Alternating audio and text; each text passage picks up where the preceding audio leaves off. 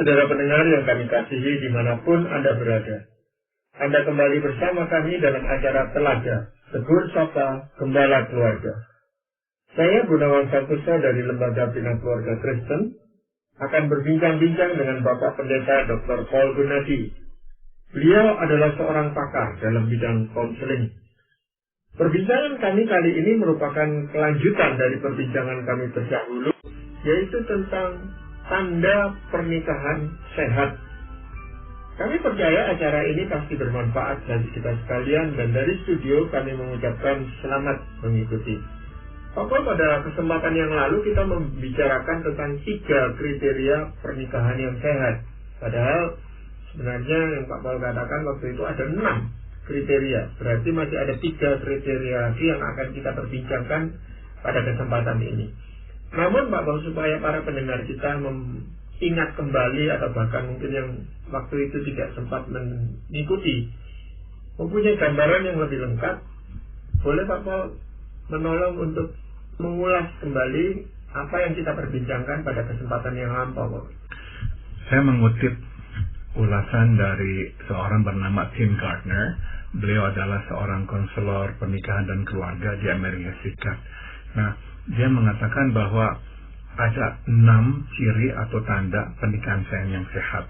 Nah, saya kira penting untuk kita mengetahui apa saja supaya kita bisa berusaha berjalan ke arah itu. Nah, yang pertama, dalam pernikahan yang sehat adanya kesatuan. Dalam pengertian kita nggak lagi memikirkan diri kita, tapi kita memikirkan kepentingan bersama. Pola pikir aku digantikan dengan pola pikir kita, yaitu suami dan istri. Kita memikirkan juga dampak tindakan dan keputusan kita pada pasangan kita, sehingga kita berhati-hati dalam bertindak, karena kita tidak mau nanti menyedihkan hatinya atau menyusahkannya. Berikut adalah dalam pernikahan yang sehat ada penerimaan yang penuh.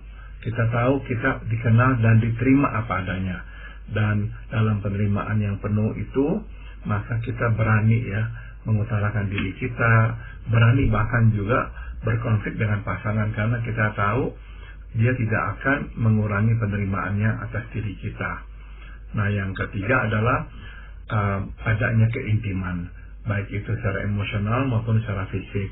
Kita benar-benar merasakan kehilangan, suatu dia tidak ada bersama kita, kita merindukan kehadirannya. Nah, sudah tentu ini memang berawal dari kesatuan yang telah kita bahas tadi.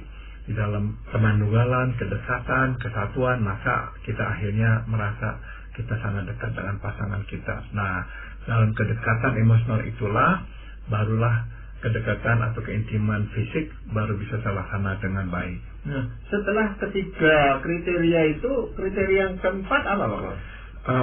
Tim Gardner melanjutkan bahwa tanda keempat pernikahan sehat adalah adanya komitmen, baik kepada Tuhan maupun kepada satu sama lain. Kita tidak menikah berdasarkan kontrak. Kita menikah berdasarkan janji dan tekad untuk memenuhi janji itu, yaitu saling mengasihi dan saling menopang dalam segala musim kehidupan sampai maut memisahkan kita. Di dalam pernikahan yang tidak sehat, komitmen luntur, Pak Gunawan, digantikan oleh kepentingan. Jadi selama kepentingan terpenuhi, kita tinggal dalam pernikahan. Begitu kepentingan tidak terpenuhi, kita minggat. Nah, jadi penting sekali kita menyadari bahwa kita ini mempunyai komitmen. Jadi dalam pernikahan yang sehat kita akan melihat baik si suami maupun si istri benar-benar menjaga komitmen itu, baik kepada Tuhan maupun kepada satu sama lain. Mereka nggak gampang-gampang, nggak mau berbuat hal-hal yang bisa merusak pernikahan mereka. Jadi rasa komitmen itu sangat kuat. Yang sulit mungkin bukan pada awalnya. Kalau pada awal pernikahan mereka pasti punya komitmen itu, Bapak. Tetapi menjaga agar komitmen ini tetap hidup dan bertumbuh, bahkan ini yang sulit gitu bagi pasangan-pasangan. Maka dasarnya haruslah komitmen kepada Tuhan, Pak Gunawan. Dalam pernikahan yang sehat, komitmen kepada Tuhan menjadi dasar komitmen kita kepada satu sama lain. Kita sadar bahwa kita berjanji bukan saja di hadapan Tuhan, tetapi juga kepada Tuhan, bahwa kita akan mengasihi pasangan dan memperhatikannya seumur hidup. Di dalam pernikahan tidak sehat, kita tidak lagi peduli akan komitmen yang telah kita buat kepada Tuhan, dan kita juga tidak memusingkan komitmen yang pernah kita buat kepada satu sama lain. Nah, jadi untuk menjawab pertanyaan Pak Gunawan tadi, dasarnya haruslah komitmen kita kepada Tuhan. Dengan perkataan lain, di dalam pernikahan, hidup pernikahan itu kita harus menjaga mutu kerohanian kita masing-masing gitu Pak Paul. Karena ini kan menyangkut Tuhan gitu. Betul. Artinya kalau iman kita atau hubungan kita dengan Tuhan ini buruk, betul, maka mau tidak mau hubungan pernikahan ini juga terancam untuk pecah gitu Pak. Betul.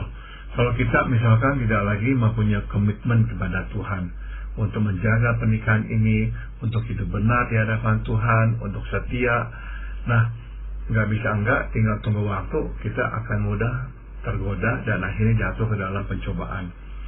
Jadi kalau misalkan kita tahu bahwa Tuhan adalah Tuhan kita, Dia Raja kita, penguasa hidup kita, dan kepadanya lah kita tunduk. Nah, di dalam relasi yang penuh ketundukan dan ketaatan itu, maka kita juga nggak berani ya berbuat hal-hal yang kita tahu akan membuat Tuhan marah. Ya, artinya komitmen terhadap pasangan kita kalau tidak disertai dengan komitmen kita kepada Tuhan, ini seperti membangun sesuatu yang tanpa dasar gitu. Betul, betul. Dan itu gampang sekali runtuh gitu Pak Boleh. Betul Pak Gunawan.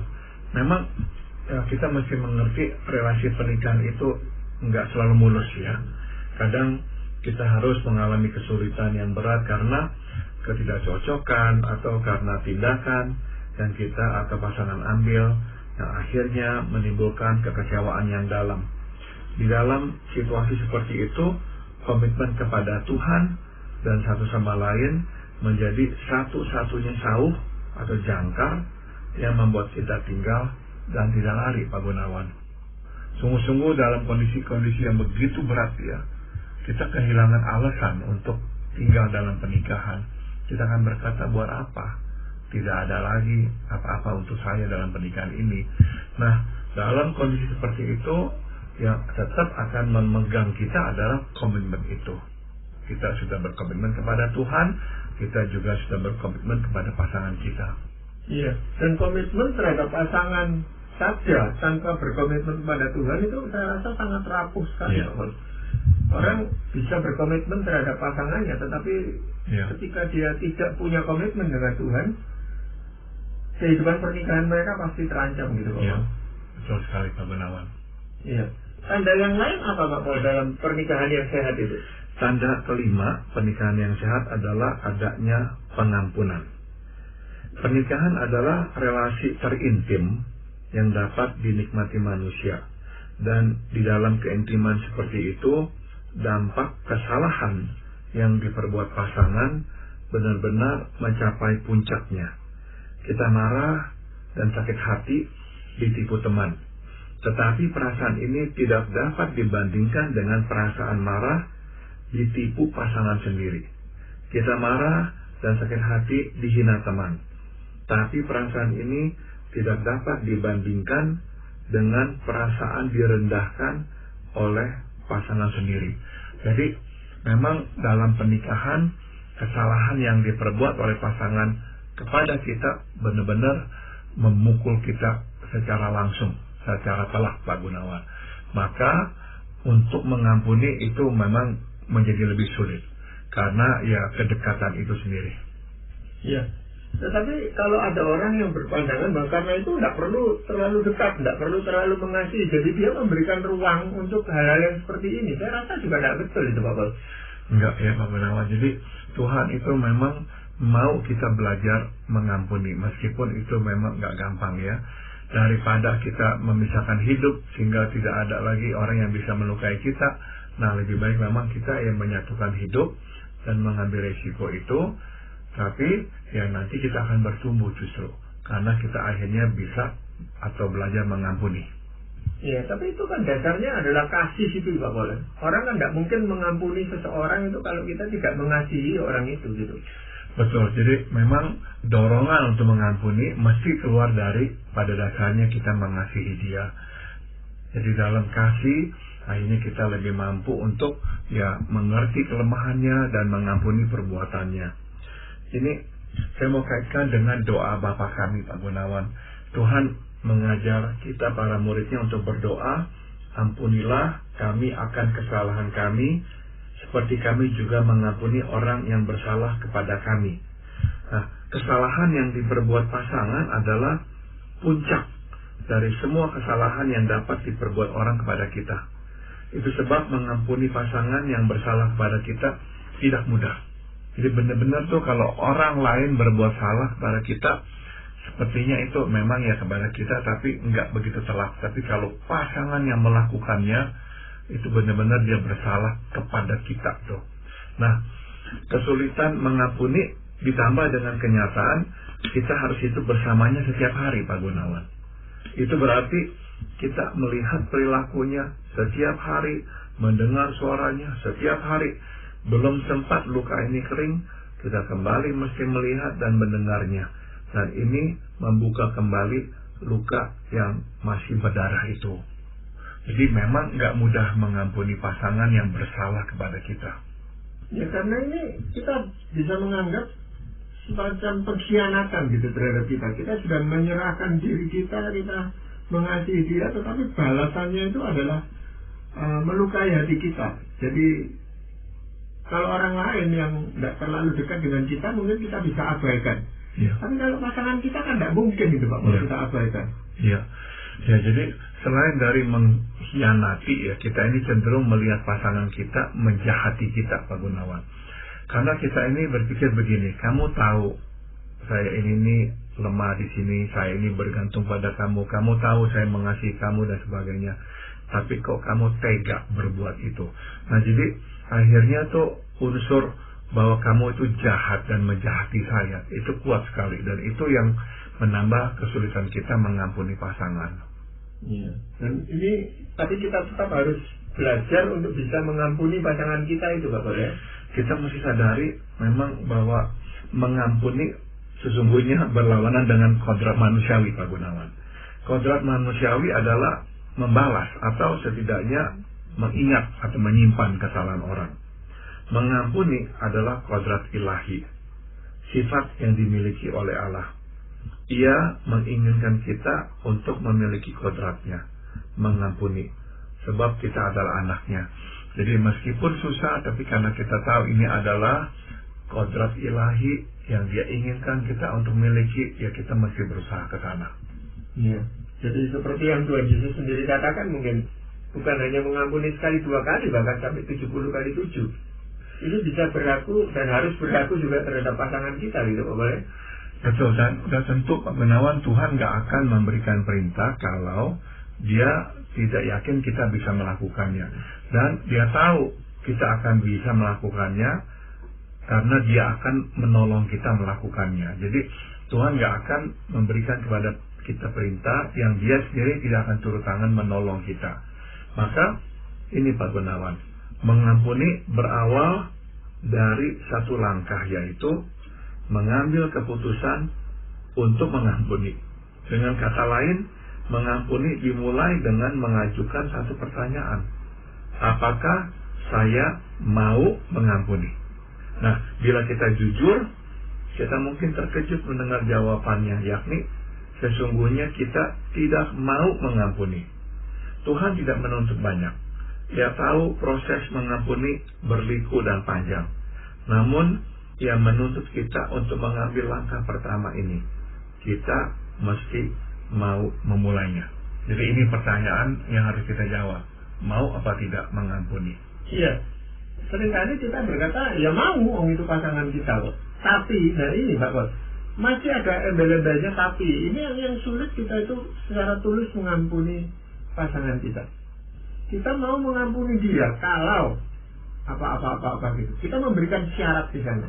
Ya. Pengampunan akan diberikan karena dia pasangan. Tetapi kita memberikan syarat.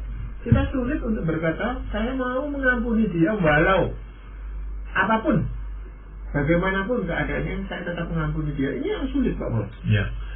Saya pernah bicara dengan seorang bapak yang waktu saya tanyakan pertanyaan ini ya, sebenarnya apakah bapak mau mengampuni? Nah, dia dengan jujur berkata, ya sesungguhnya memang ya nggak mau. Jadi kalau kita jujur ya, waktu kita bertanya apakah saya mau mengampuni, sebetulnya hampir semua orang akan menjawab tidak mau. Dan kalau ditanya, kalau begitu apa tuh yang sesungguhnya engkau mau lakukan? Jawabannya adalah membalas. Atau kita mau melihat orang itu tuh mendapatkan hukuman Tuhan, baru kita puas, baru kita bisa berkata oke, saya ampuni sekarang. Jadi memang kita mesti jujur ya, berkata saya memang belum mau mengampuni.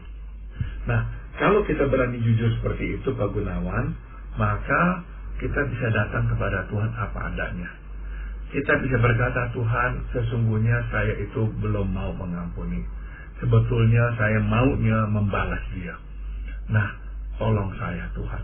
Jadi, kalau memang kita datang kepada Tuhan, mengakui kita belum mau mengampuni, dia akan menolong kita. Jika kita sampai memutuskan mau mengampuni, maka setiap hari dan setiap kali kita harus meminta Tuhan memampukan kita untuk mengampuni. Sekali lagi saya ingatkan, mengampuni bukanlah kodrat manusiawi. Mengampuni adalah kodrat Tuhan, kodrat ilahi. Jadi kita harus berkata, Tuhan, saya tidak sanggup mengampuni, dan saya membutuhkan kekuatan-Mu untuk dapat mengampuni. Nah, dalam proses inilah barulah kita dapat melawan kodrat manusiawi kita yang sesungguhnya. Iya. Seringkali orang mau mengampuni itu, apalagi orang Kristen itu seringkali mengatakan bahwa ya saya Kristen masa nggak mau mengampuni, orang Tuhan aja mengampuni gitu. Jadi seolah-olah hanya ada keterpaksaan Pak di sana. Tetap mau mengampuni, tetapi ya ada keterpaksaan. Itu bisa dimaklumi sebab memang mengampuni itu bukanlah kodrat manusiawi kita Pak Gunawan. Kita maunya memang membalas. Jadi kalau orang berkata, ya sebetulnya saya nggak mau mengampuni, terpaksa ya, tapi karena Tuhan minta saya berusaha, lebih baik begitu. Berarti ya mau mengalahkan dorongan manusianya dan menaati kehendak Tuhan yang begitu sulit untuk dia lakukan. Ya, dan ini pelan-pelan akan keluar suatu pengampunan yang betul-betul tulus Pak dari orang itu.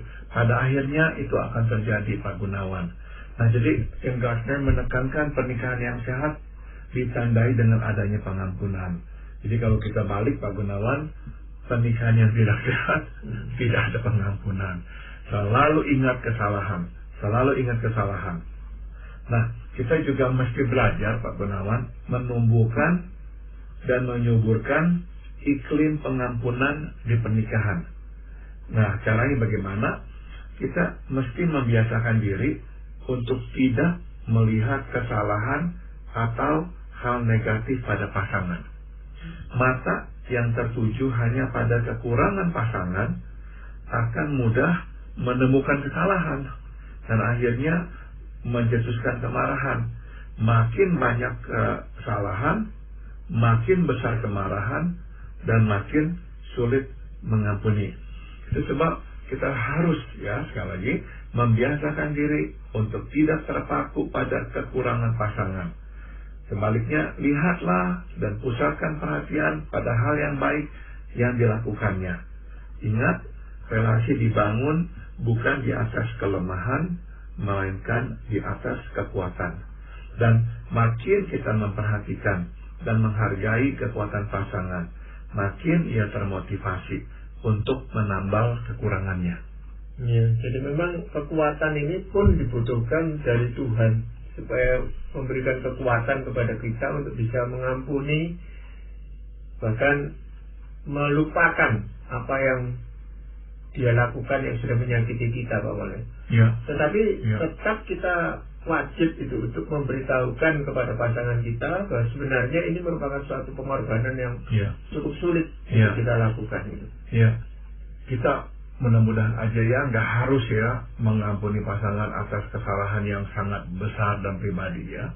Namun tadi saya sudah singgung, untuk menolong kita ya sampai ke titik itu. Kalau harus terjadi, kita memang dari awal sudah harus menyiapkan iklim pernikahan kita, yaitu iklim pengampunan. Dan caranya adalah dengan tidak memfokuskan perhatian kita pada kekurangan pasangan. Kalau kita terus memfokuskan pada kelemahan pasangan, kita makin sulit mengampuni. Jadi kalau udah terbiasa selalu melihat kekurangan, nggak melihat kelebihan atau kebaikan pasangan, waktu dia berbuat kesalahan, tambah sulit kita mengampuninya. Sebaliknya, kalau kita terbiasa justru memfokuskan pada yang baik, pada kekuasaannya, bukan pada kekurangan dan kelemahannya, kalaulah sampai dia berbuat kesalahan yang besar, kita pun juga akan lebih mudah mengampuninya. Tapi hal ini juga mengingatkan kita bahwa kita harus berani meminta maaf ketika kita itu melakukan kesalahan. Ya. Dan ini juga akan mendidik atau memotivasi pasangan kita ketika dia berbuat salah. Ya. Dia berani untuk mengutarakan dan meminta maaf gitu. Ya. Jadi kita bisa memberikan pengampunannya. Betul sekali Pak Gunawan. Sebab tanpa pengakuan salah, ya kita bagaimana tahu dia sungguh-sungguh telah bertobat atau belum. Tapi kalau dia mengaku salah, dia meminta ampun kepada kita, berarti ya dia sedang memulai sebuah perjalanan pertobatan. Iya. Kriteria yang keenam atau yang terakhir apa Pak Paul? Tanda atau ciri keenam pernikahan sehat menurut Tim Gardner adalah adanya misi pernikahan yang jelas.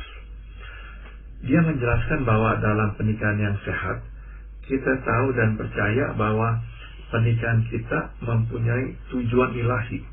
Ada maksud dan rencana Tuhan menyatukan kita dalam pernikahan. Tuhan memanggil kita secara pribadi masuk ke dalam rencananya. Dan Ia mengundang kita untuk menjadi bagian dari misinya di dunia, yaitu memberikan kasih karunia-Nya kepada manusia. Ia ingin agar semua manusia mengenalnya dan menerima kasih karunia-Nya melalui kematian Yesus, Putra Allah yang menjadi manusia. Nah, pernikahan yang kita dedikasikan kepadanya menjadi alat di tangannya untuk menebarkan kasih karunia-Nya di dunia. Ya. Secara umum memang keluarga-keluarga Kristen mungkin tahu tujuan pernikahan ini gitu. Bisa menjadi berkat atau menolong bagi orang lain dan memuliakan Tuhan. Tetapi secara konkretnya bagaimana Bapak? Supaya mereka itu punya satu misi yang sama gitu. Begini Pak Gunawan, pernikahan yang sehat tidak hanya hidup untuk dirinya sendiri ya. Justru dalam pernikahan yang sehat, pernikahan itu menjadi lebih sehat karena hidup untuk Tuhan dan sesama. Nah sebaliknya, dalam pernikahan yang tidak sehat, kita berhenti memikirkan rencana Tuhan yang lebih besar dalam pernikahan kita dan hanya hidup untuk diri sendiri. Ingat kata, kita hanya menumpukan gandum di lumbung sendiri. Jadi secara konkretnya Pak Gunawan, kita mesti memikirkan apa yang Tuhan kehendaki dari kita berdua, dari kita sebagai keluarga. Sebab kita tidak hanya hidup untuk diri kita. Kita ini hidup untuk Tuhan dan ada yang Dia ingin lakukan lewat kita. Nah, jadi kita mesti bertanya, apa yang Tuhan ingin lakukan lewat kita? Kalau kita mulai berdoa seperti itu, maka Tuhan akan menghadirkan kehendak-Nya.